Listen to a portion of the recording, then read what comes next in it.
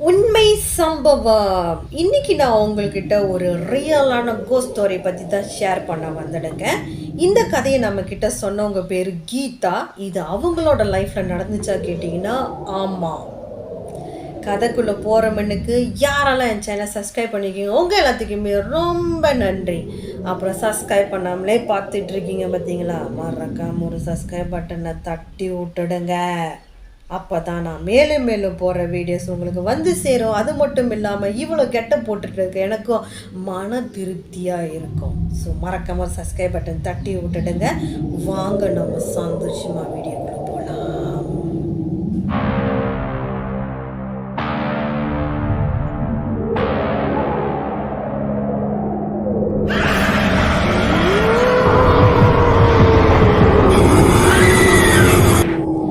ஒரு நாள் என்ன நடக்குதுன்னா, கீதா இன்னும் வேலைக்கு போகலை, அவங்களோட ஆஃபீஸ்க்கு இன்னும் போகலை.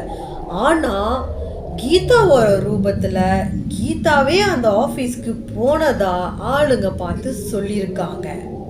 இவங்க ஒரு ரெஸ்டாரண்ட்டில் வேலை செய்கிறாங்க. ஸோ ரெஸ்டாரண்ட்டில் ஆஃபீஸில் இன்சார்ஜாக இவங்க வேலை செய்கிறாங்க. அப்போ இவங்க என்ன பண்ணுவாங்கன்னா, ஒரு 5:30 எல்லாமே ஆளுங்க எல்லாத்தையும் வர சொல்லிடுவாங்க, வேலை செய்கிறவங்கள. ஸோ வர சொல்லிட்டு யார் யார் வந்திருக்கா, யார் யார் வரல, அந்த டீட்டெயில்ஸ் எல்லாமே இவங்க எடுப்பாங்க. ஸோ அந்த டைமில் என்ன ஆகுதுன்னா, ஒருத்தர் இவங்களுக்கு மெசேஜ் அனுப்பியிருக்காங்க, இந்த மாதிரி நான் வரல, எனக்கு உடம்பு சரியில்லை, இன்றைக்கி நான் வரமாட்டேன் அப்படின்னு சொல்லியிருக்காங்க.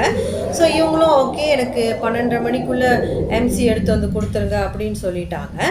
அதுக்கப்புறம் என்ன ஆகுதுன்னா, நார்மலாக அந்த ரெஸ்டாரண்ட்டில் காலையில் ஆள் எல்லாம் கொஞ்சம் கம்மியாக இருக்கிறதுனால கீதா என்ன பண்ணாங்கன்னா, எல்லாத்தையுமே இவங்க பிரேக் போக சொல்லிட்டாங்க.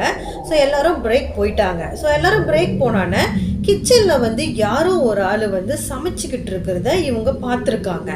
சரி, யார் சமைக்கிறா அப்படின்னு சொல்லி கொஞ்சம் எட்டி பார்க்க போயிருக்காங்க. அங்கே பார்த்தா யார் சமைச்சிட்டு இருக்காருன்னா, இவங்க கிட்ட ஒருத்தவங்க ஃபோன் பண்ணி சொன்னாங்க பார்த்தீங்களா, இன்னைக்கு நான் வரமாட்டேன், எனக்கு உடம்பு சரியில்லைன்னு.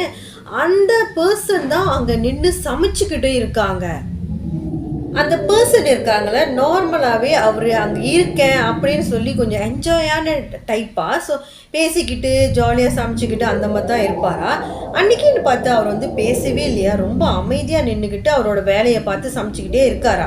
அப்போ உடனே கீதா என்ன பண்ணாங்கன்னா, இவங்க கிட்ட போயிட்டு கேட்டாங்கன்னா, பரவாயில்லையே, உடம்பு சரியில்லைன்னு சொன்னால் இருந்தாலும் வேலைக்கு வந்திருக்கிய அப்படின்னு சொல்லி பேசினானே அவர் உடனே இப்படி திரும்பி மட்டும் பார்த்துருக்காரு. திரும்பி பார்த்துட்டு மறுபடியும் கண்டினியூ பண்ணி அவர் சமைக்க ஆரம்பிச்சிட்டாங்க.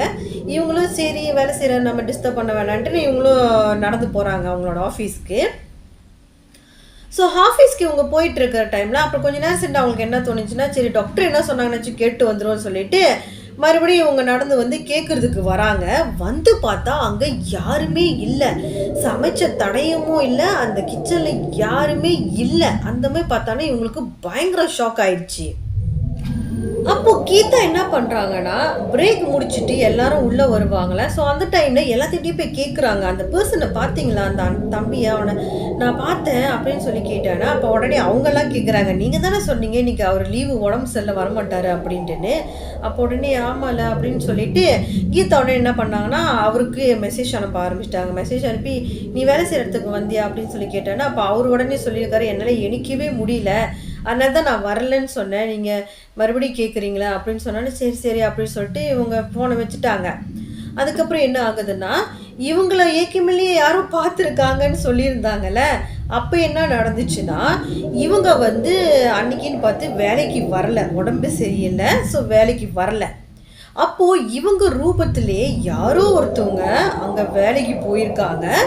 வேலைக்கு போயிட்டு அட்டெண்டன்ஸ்லாம் எடுத்திருக்காங்க, எல்லா வேலையுமே பார்த்துருக்காங்க. அப்போ கொஞ்ச நேரம் சென்று என்ன ஆகுதுன்னா, சரி நம்ம போய் ஆஃபீஸில் போய் அவங்கள கூப்பிட்டு வருவோம், ஏதோ ஒரு சில வேலைகள் இருக்குது அப்படின்னு சொல்லிட்டு கீதாவை கூப்பிட்றதுக்கு ஆஃபீஸ் போயிருக்காங்க.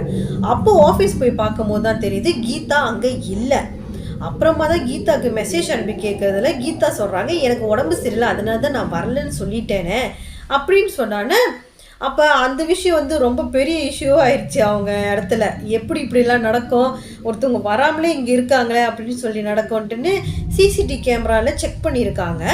அதே மாதிரி கீதாவும் அங்கே நடமாடிக்கிட்டு இருக்கிறத அந்த சிசிடிவி கேமராவில் பார்த்துருக்காங்க.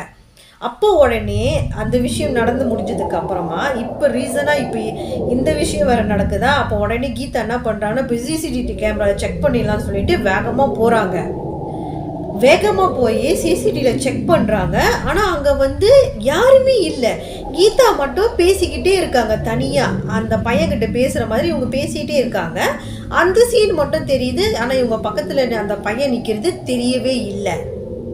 அப்போது ஒரு நாள் கீதா என்ன பண்ணாங்கன்னா, அந்த இடம் அந்த பில் பண்ண இடம் இருக்குல்ல, ஸோ அந்த ரெஸ்டாரண்ட் கட்டுற முன்னுக்குலேருந்து ஒரு ஆண்டி வந்து அங்கே வேலை செஞ்சாங்களா, கட்டின புதுசில் அங்கே வேலை செஞ்சு அவங்க வந்து இன்னமும் வேலை செஞ்சிட்ருக்காங்க. ரொம்ப பழைய ஆள் அவங்க.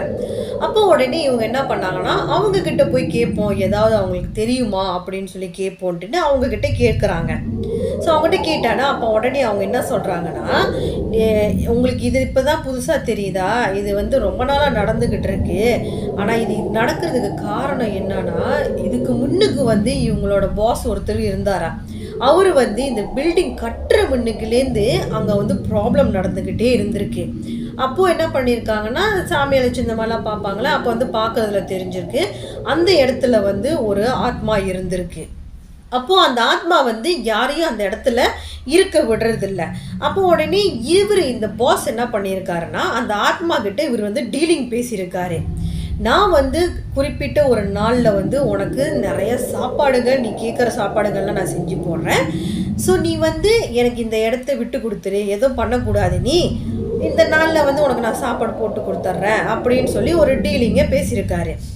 ஸோ அதுவும் சரின்னு ஒத்துக்கிட்டு ஸோ அந்த பாஸும் இந்த கடையை வந்து நார்மலாக நடத்திட்டு இருந்திருக்காரு. ஸோ அந்த டைமில் எந்த ஒரு பிரச்சனையுமே இல்லை.